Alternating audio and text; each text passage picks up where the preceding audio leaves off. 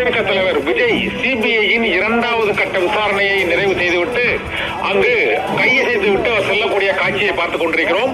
தாவேக தலைவர் விஜயிடம் 2வது நாள் விசாரணை இன்று நிறைவு பெற்றிருக்கிறது. அவருக்கு இனிமேல் சமன் இல்லை என்றும் சிடிஆர் நிர்மல்குமார் வெளியே அளித்த அந்த பேட்டியில் அவர் தெரிவித்திருக்கிறார். அதே திருப்தி ஒரு விஜய் முகத்தில் அதற்கு அந்த விசாரணை நிறைவடைந்த திருப்தியோடு வெளிவரக்கூடிய அந்த காட்சிகளும் வெளியாகி இருக்கிறது. அதைத்தான் நம்ம இப்போது பார்த்துக் கொண்டிருக்கிறோம். இது சிபிஐ லோதி சாலையில் உள்ள சிபிஐ தலைமை அலுவலகத்தில் இருந்து விஜய் வெளியே வந்து கையசைத்து இந்த விசாரணை நிறைவடைந்த நிம்மதியோடு அவர் காரில் ஏறக்கூடிய அந்த காட்சியை தான் இப்போது பார்த்துக் கொண்டிருக்கிறோம். 13 மணி நேரம் ஏற்கனவே ஒரு முறை விசாரணை, 7 மணி நேரம், இன்று 6 மணி நேரம் விசாரணை நிறைவடைந்தது.